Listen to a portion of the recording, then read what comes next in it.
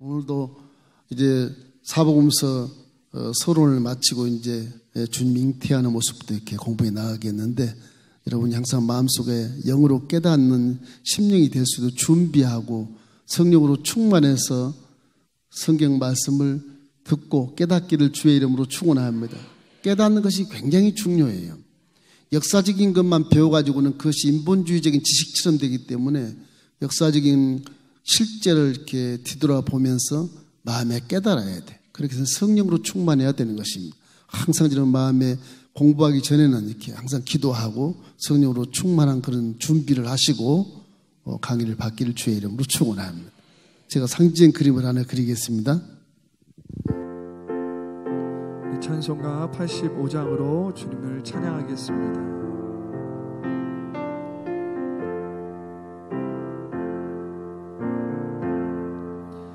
구주를 생각만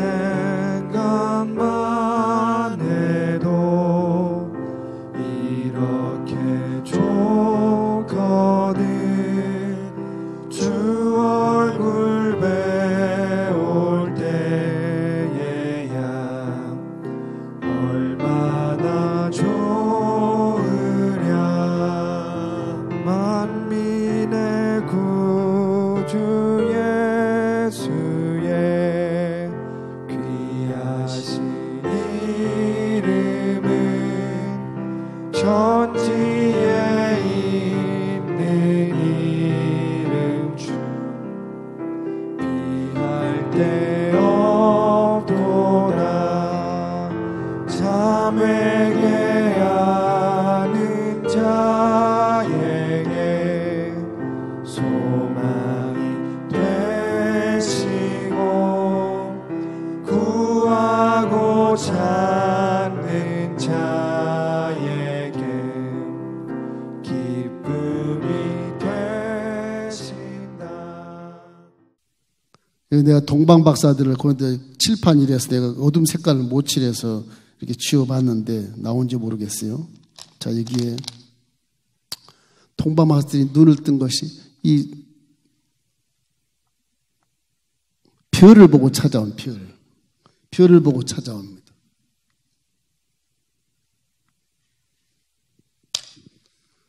이 별을 보고 찾아오는데 이 별 비치는 곳이 이 예루살렘.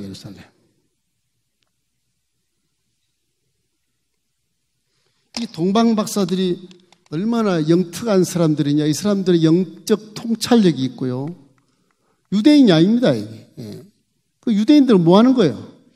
유대인들은 이 동방박사들이 별을 찾아보고 별을 받고 오거든요. 별을 보고 와요. 저 당시 로마 제국시대지만 유대인들은 깜깜소식이에요. 별을 분별도 못해.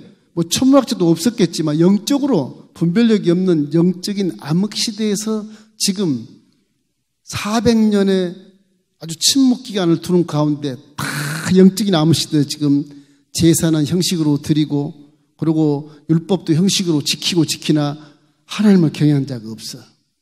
그저 시몬과 안나 이런 사람이 성전에서 늙어 아주 머리가 허여도록 메시아를 기다리는 그런 분들은 가끔 있어. 그러니까 나라가 그 한두 사람 때문에 존속을 하는 겁니다. 한 사람 때문에. 자, 그래서 마리아가 이제 서론으로 보면 마리아가 나사렛 살아요. 여기 나사렛. 그죠? 나사렛이 마리아의 고향이에요. 요셉과 마리아의 고향이에요. 마리아의 고향, 나사렛. 나사렛 천사의 말을, 그걸 신학적으로 신고라고 그러는데, 신의 말을 들어요. 천사를 통해서 다. 마리아여, 내 몸에 성령으로 아이가 잉태되니 낳거든 이름을 예수라고 해라. 이 처녀가 깜짝 놀라는 거죠. 마리아는 제사의 가문이고 요셉도 제사의 가문이라 말씀과 많이 이렇게 접하는 그런 가문이기 때문에 저걸 연두 이해를 했지. 이방 같으면 이해하겠습니까? 마리아가 나중에 그 말씀을 그대로 믿습니다. 말씀대로 될지어다. 믿는 거예요. 결국은 마리아가 잉태를 했을 때 마음이 막 감동스럽지 않겠습니까? 또 남편 될 요셉은 마리아를 눈치를 보고 살살 피하고. 근데 하나님이 마리아야, 너보다 먼저 잉태된 집이 있단다. 누구세요? 네 이종 사촌 엘리사벳에 가봐라. 엘리사벳은 우리 할머니 같이 늙었는데요. 그래, 늙었지. 엘리사벳과 사가라는 엄청 늙어서 경수가 끊어지고 아브라함처럼 얘를 못 낳아. 근데 엘리사벳의 잉태가 와서 마리아보다 6개월 전에 거기도 잉태를 했어. 하나님은 무엇이든지 하실 수 있나이다. 실제요. 그래서 마리아가 사실은 잉태하기 전에 이 헤브론 땅이거든요. 헤브론이. 구약 여러분 연구할 때 헤브론 많이 배웠죠. 헤브론. 아브라함의 아주 이고향처럼 아주 헤브론. 요 헤브론에 이게 한 100km가 넘습니다. 올라오면 100km가 넘어요, 거의요.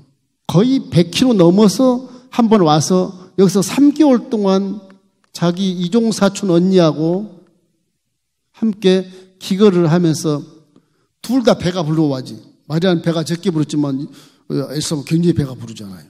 그래서 예수님보다 6개월 전에 먼저 엘리사벳이 침례 요한을 낳았습니다. 침례 요한을. 그 내용도 보면 사가라에게 안 믿으니까 벙어리 만들어버리고 그런 얘를 낳았을 때 그 요한이라고 이렇게 입이 풀려가지고서 이제 책판에다가 요한이게 이름을 써줘요. 사가라가. 하나님은 그냥 그렇게 하는 것이 아니라 아주 근거를 제시하고 확실하게 이렇게 만들게 하는, 많이 믿게끔 하는 것입니다. 그래서 실제지만 그렇게 돼. 그러고 나서 이제 다시 나사렛에 와요. 나사렛에 왔는데 무슨 역사가 일어나나? 호종령이라는 게 호정령이 내렸어. 호정령. 이것은 황제 아구스토가 명령을 하네요. 그래서 로마 제국의 황제입니다. 황제. 이 당시에 분봉왕은 누구냐? 분봉왕이라고 해서 이스라엘에 왕을 세운, 로마 제국을 세운 분봉왕이 유대인, 좀 가짜 유대인 같은 사람이, 그것이 헤롯이다,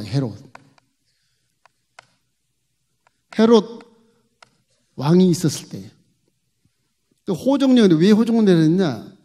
이 헤롯 왕이 더더군다나 이 호종령을 받아가지고 잘다 싶어가지고, 아니, 동방박사들이 와서 구주가 났다 그러는데, 이게 내가 왕인데 왕이 또 났단 말이냐? 그래서 동방박사들에게 그 베들레헴에 가거든 누구 집에 가 있는지 알기다고 나도 가서 경배 드리려고 그런다. 죽이겠다. 그런 거지. 죽이겠다. 그래서 헤롯 왕 때 2살 이하는 남자들 다 죽여버립니다.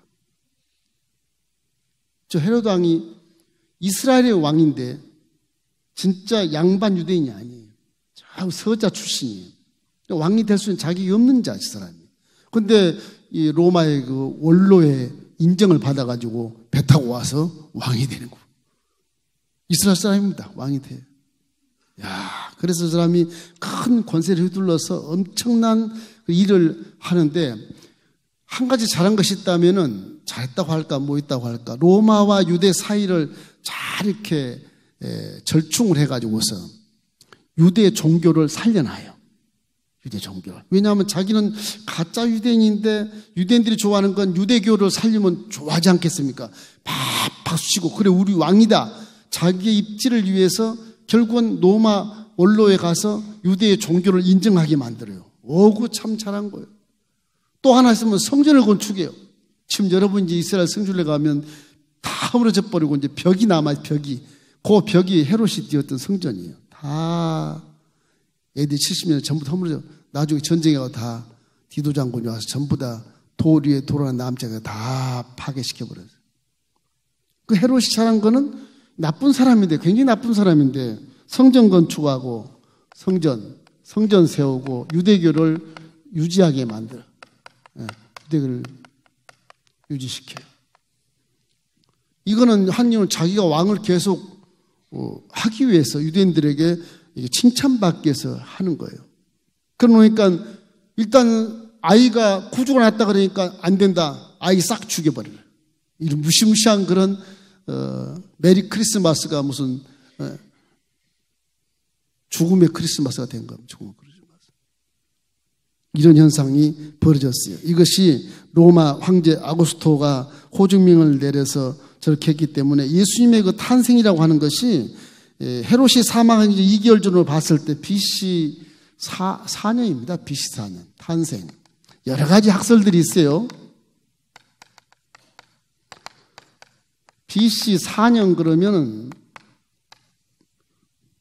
예수님이 저때 태어났다. 그렇게 합니다. 여러분 서기가 이제 AD가 나와요. AD가 서기 나오는데 서기 되기 전에 4년 전에 예수님이 태어났다. 그렇게 이제 역사학자들이 얘기를 많이 하고 있어요. 어떤 자는 5년, 어떤 자는 8년까지 가요. 8년까지. 보통 신학자들은 모르니까 에라 모르겠다. 1년, 서기 1년으로 예수님이 오신 날이 서기 1년이다. 이렇게 탁 잘라가지고 그냥 AD, 이제 하나님이 오신 날이다. 이래가지고. 저 나사렛에서 이제 마리아가 호적령에, 이 호적령이 무서우니까 호적을 하러 가요. 그 당시 이 요셉과 마리아의 가문은 다윗의 자손이거든요. 제사장 가문이니까. 다윗의 자손, 다윗의 마을 가서 호적을 해야 돼. 그 다윗의 마을이 뭐냐? 베들레헴. 이 베들레헴은 예루살렘에서 바로 밑입니다. 얼마 안 가요. 여리고는 좀 멀지만 베들레헴은 바로 밑이에요. 베단이 지나서 베들레헴이 한 4km? 한 심지어 그 정도밖에 안 떨어져요. 베들레헴 가면 마을이 조그맣습니다. 근데 거기도 지금 교회가 이렇게 정교회가 들어와 있고요. 예수님이 태어난 장소에 큰 별을 이렇게 해놓고 거기에 무릎을 꿇고 거기에 못 들어가요. 고개를 숙여서 무릎을 꿇고 해서 그걸 만지고 나오는 그런 믿음을 가지고 증거를 삼는 겁니다. 별, 그 다음에 아주 그 기름이 이렇게 있어가지고 매끈매끈하게 얼마나 만졌는지 기름 부음 받는다는 표시로 이렇게 순리한 사람은 다 그렇게 만지고 이렇게 나와요. 저도 몇 번 만져봤는데 이렇게 나와요. 그런데 그것이 기억이 생생해요. 예수님 낳은 베들레헴이라서. 그래서 이 갈릴리의 서쪽에서, 이쪽 서쪽입니다. 서쪽에서 동남으로 내려와서 여기가 이제 이스라엘 평야가 좀 골이 깊거든요. 낮은 자리예요. 이게 요단강을 건너야 돼요. 건너서 이렇게 옆으로 이렇게 내려와야 돼요. 저 서쪽으로는요, 협곡이 많아서 못 다닙니다. 산이 많아서. 이렇게 해서 여리고로 건너, 여리고로. 그래서 베들레헴을 가는 거예요. 이게 한 100km 거쳐야 돼요, 100km. 거의 100km가 넘습니다. 그 마리아가 호적하러 이렇게 요단강을 건너서 낙이 타고 갔든지 임신했으니 어떻게, 임신이 만삭이 됐는데 낙이 타고 이렇게 가는 모습을 이렇게 화가들이 그러는 걸 보았는데, 그 실제가 임신을 했기 때문에, 날달이 됐기 때문에 나귀를 타고 요셉이 끌고 그러고 갔어요. 그래서 베들레헴에 가서 아이를 낳는 것이거든요. 이 와중에 결국 동방박사 세 사람이라고 그러는데, 이건 세 사람이라는 명칭이 별로 없습니다. 예물을 보고 세 사람을 보고 추정을 하는 것 뿐인데, 학자들마다 좀 다른 견해가 있지만, 이 동방박사 세 사람들, 이 사람들이 이방인. 이 동쪽에, 우리나라 쪽, 동쪽에서 저 페르시아 제국에서 왔다고 그래요. 이 역사학자를 얘기하면 페르시아에서 왔다고 하는데, 별을 보고 왔답니다. 이 별을 보고. 이 별이 심상치 않다. 이 별이 계속 가는 곳을 따라서 오는 거예요. 수천리 길을 낙타를 타고 따라오는 거예요. 근데 정작 이 이스라엘의 베들레헴에 있는 목자들이나 여기 있는 다윗 후손들이나 선지자나 무슨 사두개이나 바리새이나 에스네파 이런 사람은 깜깜 모르고 있는 거예요. 동방 박사들이 와서 이걸 몰라서 결국 예루살렘에 가서 물어봐요. 외국에서 동방 박사 왕들이 왔으니까 왕이 이게 이제 예우를 해서 사신처럼 받아들이지 않겠습니까? 그 왕 앞에 서요. 어떻게 왔어? 우리 머나먼 저 페르시아 제국에서 왔는데 여기에 이상한 별이 계속 떠서 쫓아왔는데 바로 이 나라예요. 이 나라에 메시아가 나올 것이요. 큰 구주가 나올 것이요. 이 헤롯 왕이 깜짝 놀라는 거예요. 나 말고 왕이 누가 있냐 말이에요. 죽이라 그러는 겁니다. 그래서 당신들이 가서 아이 낳는 집을 하고 나한테 반드시 알려주고 가시오. 근데 성령 역사에서 동방박사들이 예물을 드리고 그냥 자기 나라로 가버려요. 그리고 예수님은 이 밑에 애굽으로 피신을 시켜요. 하나님이 역사하는 거예요. 하나님 그걸 역사하지 않겠습니까? 그 헤롯 왕에게 뭐 질 수 있는 게 뭐가 있겠어요? 하나님 다 하시는데. 그래서 동방 박사들이 이 동방의 지금의 그 이라크 지역, 지금 메소포타미아 그 문명 이라크 지역에서부터 이렇게 왔다고 해요. 낙타를 타고. 별을 보고. 그러니 이 동방 박사들이 천문학을 연구한 사람들도 하긴 하지만 이 철학을 연구하고 천문학을 연구해도 조금 보통 사람과 눈이 떠서 이상한 별이 보이니까 그거는 정말 어떤 신의 존재지 이것이 그냥 별이 아니다. 그래서 그 궁금증에 새 박사가 낙타를 타고 와서 예수님 앞에 황금을 드리고 유황을 드리고 몰약을 드리고 얘한테 경배를 하고 떠나갔다. 이거는 이제 인류의 엄청난 그런 대전환점인 사건인 겁니다. 이거를 성경에 기록되어 있는 것을 실제인데 이것을 무시해버린다면 이게 인류가 다 다시 고난 속에 들어가서 정말 버릇처럼 살아가는 그런 인생이 되어버리고 말게 되는 것입니다. 이래서 여기에 잉태했을 때 우리가 생각할 것은 마리아의 잉태를 우선 들춰봅시다. 마리아가 잉태했을 때 질문이 하나님께 질문을 합니다. 누가복음 1장 34절 우리 한번 읽어봅시다. 자, 마리아가 천사에게 말하되 나는 남자를 알지 못하니 어찌 이런 일이 있으리까. 이 내 말을 받을 때 질문을 하면 하나님은 질문에 대한 근거를 제시해 항상. 무슨 말이든 여러분이 기도할 때 그 근거를 성경에 찾으시기 바랍니다. 하나님 이미 여러분이 말씀하고 계시거든요. 음성으로 안 듣더라도 하나님이 말씀을 이미 하고 계신 것을 찾아내면 그 사람은 완벽한 그런 응답을 받을 수가 있어. 이 질문을 하니까 이사야 7장 14절 말씀을 마태복음에 기록하고 있어요. 자, 시작. 그러므로 주께서 친히 징조를 너에게 주실 것이라.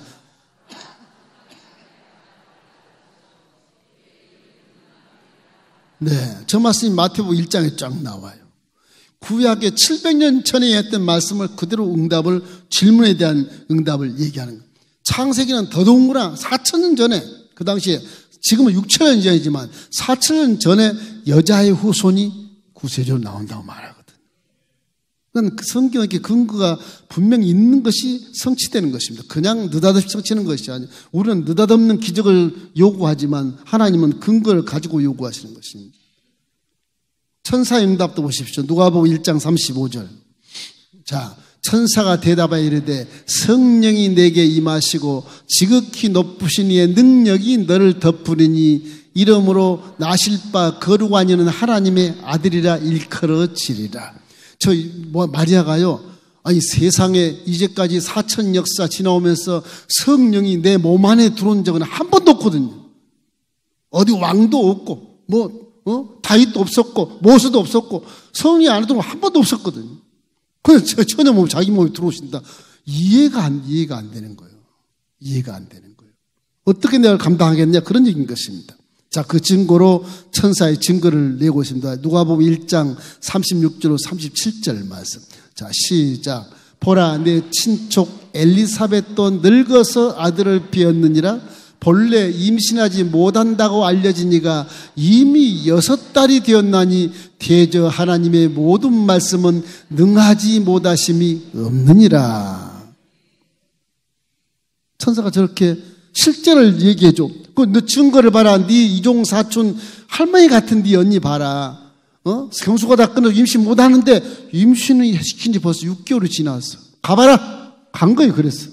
마리아가 가본 거예요. 3개월 동안 같이 있는 거예요. 3개월 동안 같이 있는 거예요. 확인을 하는 거예요. 마리아가 확인을.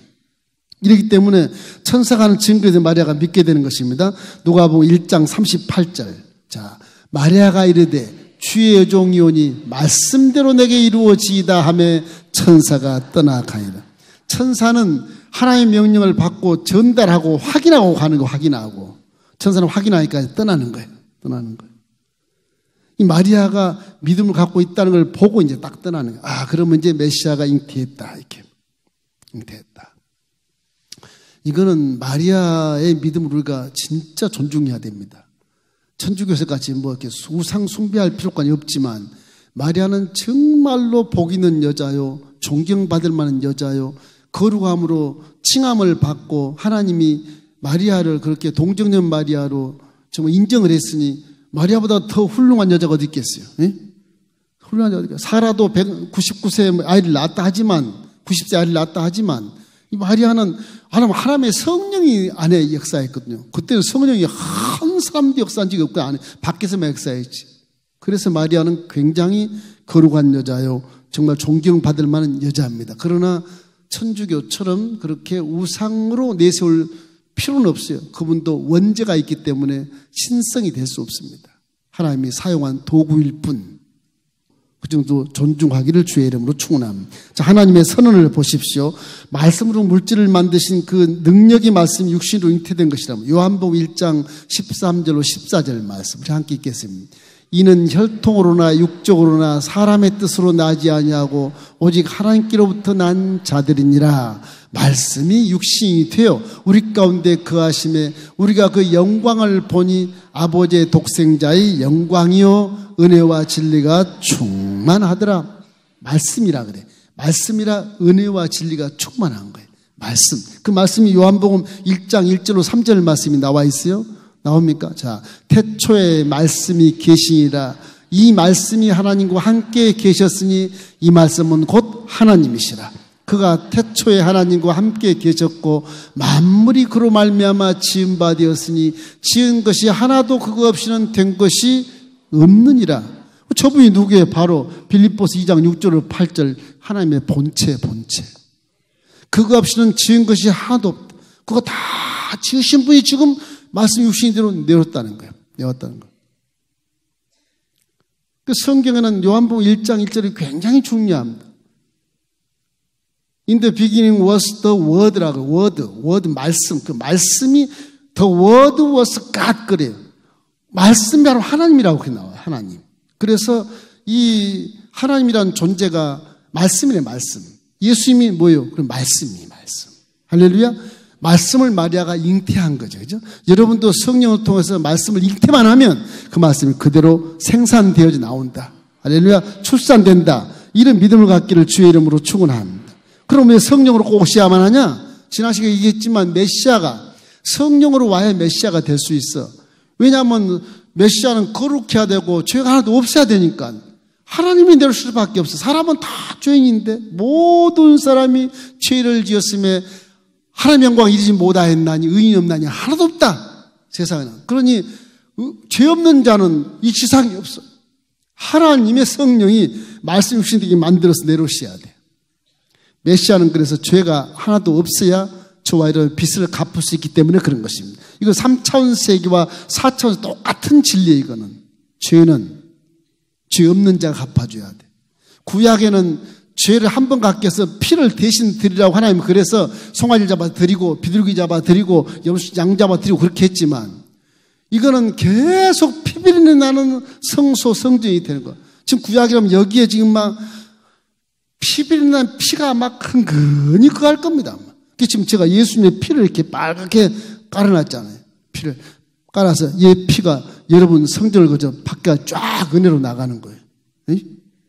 구약이라면 그렇단 말이에요. 그 구약의 상징인 것을 신약이 와서 은혜 시간에 우리가 예수님의 피, 짐승의 피가 아닌 예수님의 피, 영원히 죄를 사는 피를 강단에 깔아놓고 그 피가 흘러내려서 온 세계를 적시게 만든다는 의미로 성전을 이렇게 꾸며놓은 겁니다.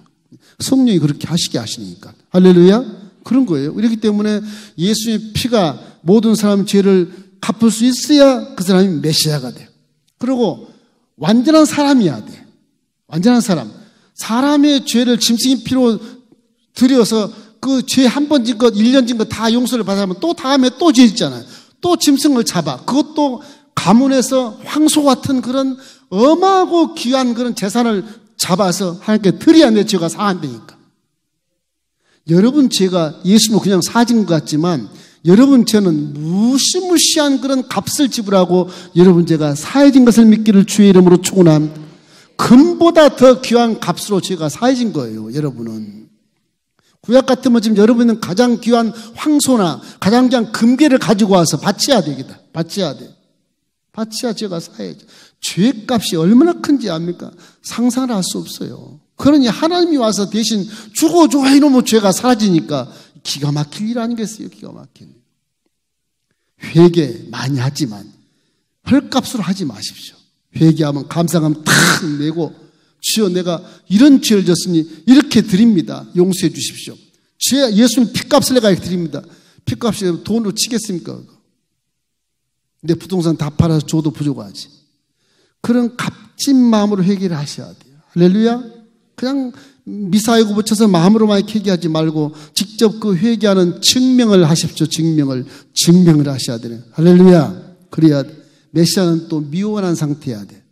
하나님이 내려오신 분이 메시아가 될 텐데 하늘 천국에 있는 분이 메시아가 되기 위해서는 그 사람은 결혼하면 안 돼요.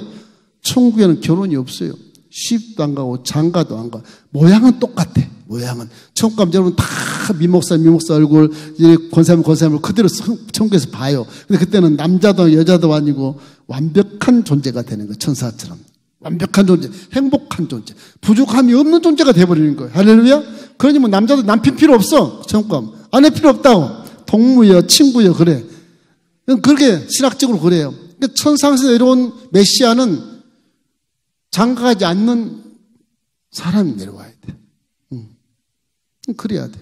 그래야 정확한 거야. 지금 뭐 한국에는 뭐 메시아가 뭐 한 10분 계신다는데 그 메시아는 어떤 메시아인가 나 궁금해. 막 부인을 막 둘 셋씩 두고도 교주라고 메시아라고 그러는데 어떤 분은 성령이라고 그러고 얼빠진 사람이죠. 도대체 난 모르겠어요.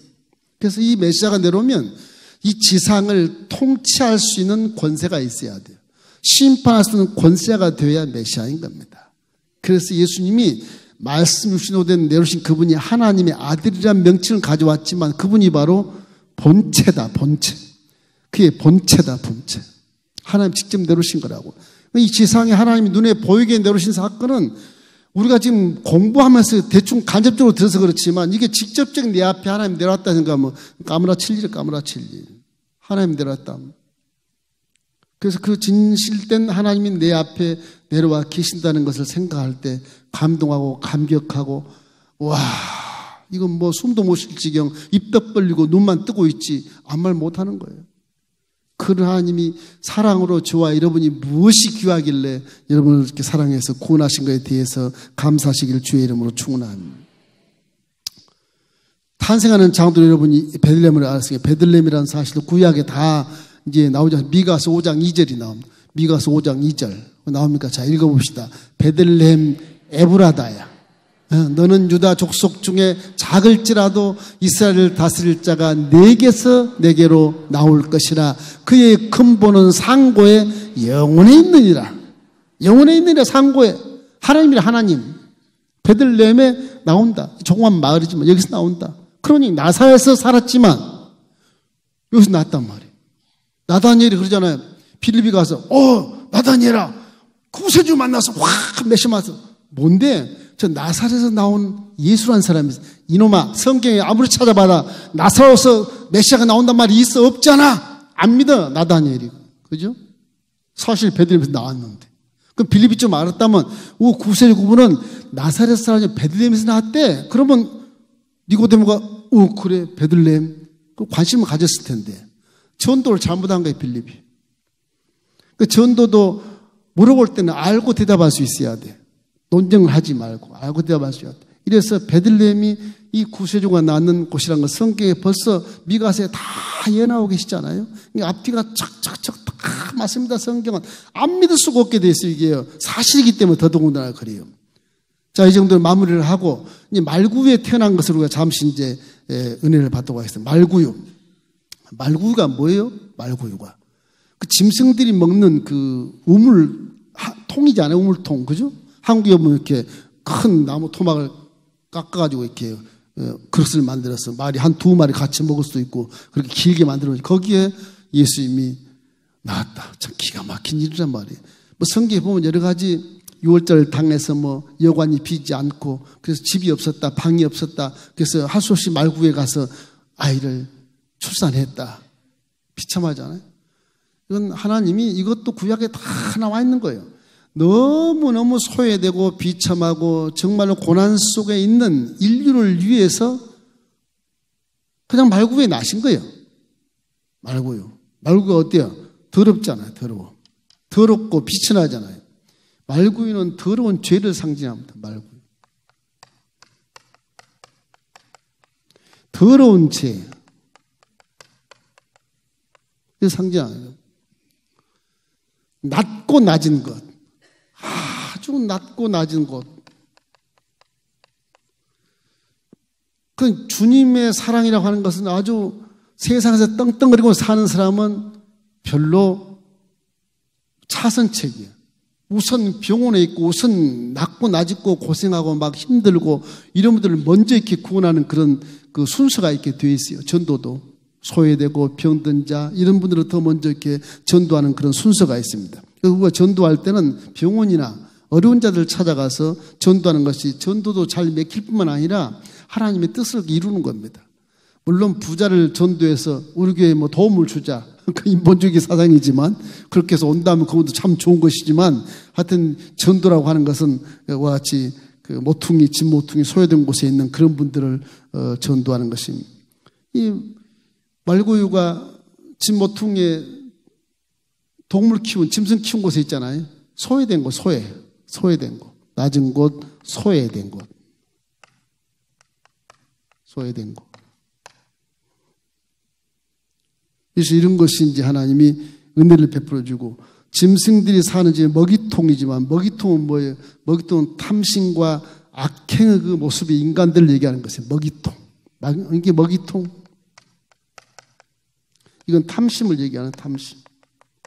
탐심이나 악행. 악행들을 얘기하는 거예요. 그래서 말구에 태어나신 것이 왜 거기서 태어났을까? 일부러 그러신 것 같아요. 일부러 그러신 것 같아요. 나는 예루살렘 왕을 치우고 왕자에 앉아서 태어나겠다. 그럴 수도 있겠죠. 로마 가이사 아우구스도 황제를 확 집어 던져버리고 내가 그 자리에 딱 앉으면 하나님 얼마든지 할 수 있어. 하나님은 사랑이시라.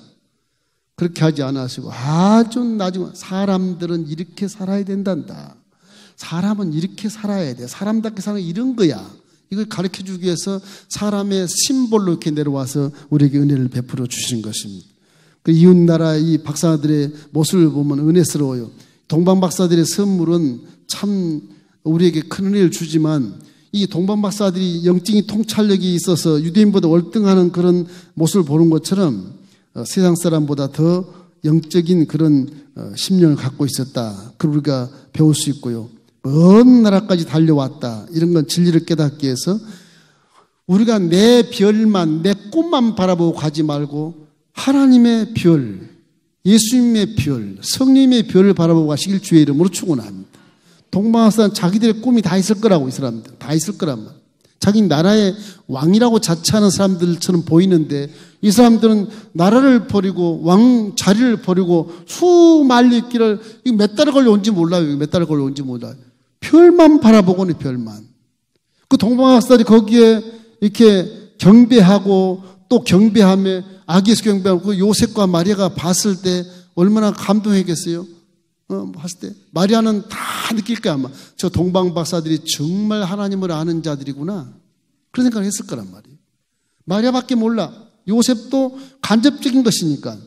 마리아는 직접 성령 잉태된 그런 고통과 10달 동안 애써서 잉태했던 그런 여러 가지 고난 또 출산하는 고통을 통해서 예수님이 네 아이가 이 범상한 구세주구나 이 생각을 했을 때 마리아의 마음에 감동하지 않겠습니까? 그래서 박사들은 이웃 나라를 이렇게 높이는 모습도 볼 수가 있잖아요. 사람이라고 하는 것이 상대를 존경해주면 사람을 존경하면 또 상대가 내 친구가 되는 것처럼 이 박사들의 모습은 참 우리에게 큰 감동을 주는 거예요. 유대인들은 지금도 로마 제국이지만 서로가 바리새인 사두개인 싸우고 에스니베가 싸우고 정권을 취득 해서 또 유대인도 아닌 헤롯 왕이 유대인 영원한 왕처럼 또 그러고 있고 전부 다 세상이 그렇게 되는 것입니다. 여기서 한 가지 느낄 것은 신에게 드리는 예물. 예물에 보면 첫째는 황금입니다. 황금. 동방 박사들 중에 황금을 드린 박사가 있어요. 황금은 신성을 얘기하죠. 신성. 변치 않으니까 변치 않잖아요. 그러니까 이건 믿음을 얘기하는 거예요. 믿음. 황금 같은 믿음으로 예물을 드리십시오. 그런 뜻이에요. 황금은 변함이 없는 거. 내 믿음도 변치 않을 뿐만 아니라 황금 같은 예물을 드리는 예수님께 드리는 것이 아주 온당하고 그것이 진리의 그런 모습이다. 이런 것입니다. 그래서 이 왕권을 존중하는 가장 가치 있는 선물을 주님께 드리라는 거예요. 가장 내가 귀한 것을 예수님께 드릴 수 있는 자가 동방박사의 믿음과 같은 자다. 할렐루야. 유황은 불을 태워서 이렇게 향기를 내는 거지 않습니까? 향기. 기도를 얘기하는 거예요. 기도. 유황 같은 기도. 내 기도가 24시간 계속 성전에서 불타오르는 그런 향기로운 기도. 이런 것들을 말하는 겁니다. 저거는 신성을 얘기하는 거예요. 향기, 기도라는 것이 이 4차원 세계 신성에 속한 겁니다. 신성에. 기도한 자는 그래서 4차원 세계를 알기 때문에 기도하는 거예요. 여러분도 4차원 세계를 알기 때문에 기도하는 거예요. 내가 규정만 요구해서 기도한다. 그거와 좀 달라요. 내가 믿는 하나님이 안 보이지만 저기 계시구나. 내가 믿는 십자가의 사건이 저기 있다. 그렇고 기도한다. 이런 신성을 얘기해요. 신성. 그래서 제사장들의 기도라 그래요. 제사장. 여러분 다 왕 같은 제사장을 믿기를 주의 이름으로 축원합니다. 구약의 모든 제사장들이 백성들의 모든 것을 대신해서 기도를 해줘. 피를 뿌리고 기도를 해줘. 짐승 잡을 때 도와주고. 우리는 지금 왕 같은 제사장의 직분을 가지고 있기 때문에 기도하는 것은 유황처럼 24시간 계속 하나님과 교제하는 성도가 되기를 주의 이름으로 축원합니다. 이것이 동방박사들은 저와 같은 놀라운 역사를 생각하고 왔다고 하니까 우리 기독시장에 착착 들어맞는 걸 보면 동방박사들이 진리를 아는 자들과 진리를 아는 자처럼 행하고 있어요. 그것도 아주 겸손하게 엎드려서 황금을 드리고 엎드려서 유황을 드리고 엎드려서 몰약을 드리지 않습니까? 몰약은 뭘까? 몰약 이게 번역을 이렇게 해서 몰약을 하는데 이거는 바로 부패하지 않도록 하는 거예요. 부패를 방지하는 거예요.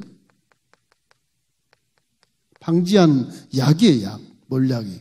시체를 변하지 않게 하는. 그래서 이것이 나중에 부활이 될 수 있도록 그런 영적인 느낌을 주는 거예요. 이것이 뭐냐? 몰약은 헌신을 얘기합니다. 헌신 봉사. 헌신 봉사를 얘기하는 거예요. 우리 예수 믿고 이제 우리가 몰락처럼 헌신하고 봉사해야 돼.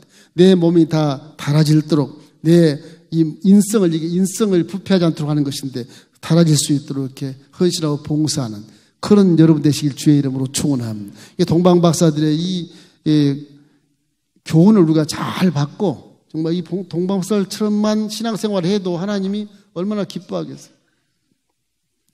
그래서 우리는 하나님이 보이는 하면 내려온 이 시점에서 지금 예수 아기로 보이지만 그 아기가 이제 인성이 자라고 기능이 회복되고 이제 사람이 자라서 기능이 회복돼서 어른이 된 것처럼 그렇게 그 과정을 다 겪습니다.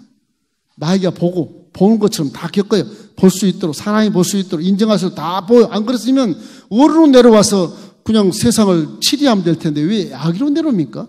다 그를 사람처럼 자라게 하고 확인하게 합니다. 예수님도 아주 효도를 잘 하십니다. 아버지가 목수지만 목수를 많이 거들어요. 그렇게 해서 30세까지는 세상 일에 이렇게 착하고 선한 일을 하고 성전과 계속 들락날락하면서 말씀을 강론하고 또 논쟁도 하기도 하고 그렇게 해서 범상한 아이로 자라서 범상한 어린이 됐을 때가 딱 되면 이제 침례요한을 통해서 침례를 받은 다음부터 이제 공생에 들어가게 돼. 할렐루야. 그래서 우리가 이 거리를 지나가는 것을 이제 그리면서 제가 한번 하나하나 조목조목 이렇게 우리가 예수님의 살아가는 모습을 이렇게 우리가 간파하다 보면 예수님 생애를 어느 정도는 여러분이 다 스토리로 다 파악하게 되고 거기서 여러분 기적을 체험할 수 있는 그런 놀라운 근거들을 우리가 배울 수 있게 되는 것입니다. 자, 하나님이 이 땅에 눈에 보이게 강림하실 때 마귀가 어둠 속에서 수많은 장애를 가져와요. 어둠에서 제발 떠나라 계속 그래 죽여버린 거예요. 십자가에서 죽여버린 거예요. 물론 죽이는 것은 당연히 죽게 돼 있어. 하나님은 구약에 계셔 당연히 죽게 예언을 다 해놨어. 700년 전에 그가 찔림 우리 허물을 인하며 그가 상 우리의 죄악을 인하며 그가 징계를 받고 우리가 평화를 누리고 채찍을 누리고 나음을 입었도다. 우리는 다 양 같아서 그렇게 행하고 각기의 일과 악을 하나님께서 그에게 우리 모든 죄를 담당시켜서 십자가에 죽이셨다. 그대로 그냥 증거가 되어버리고 어차피 죽게 돼 있어. 과정 자체가. 그러니 마귀도 그 과정에 따라서 그냥 오다 보니까 마귀가 혼비백산해서 전쟁에 실패해버린 것입니다. 하나님 이길 수 없죠. 피조물 어떻게 이기겠습니까?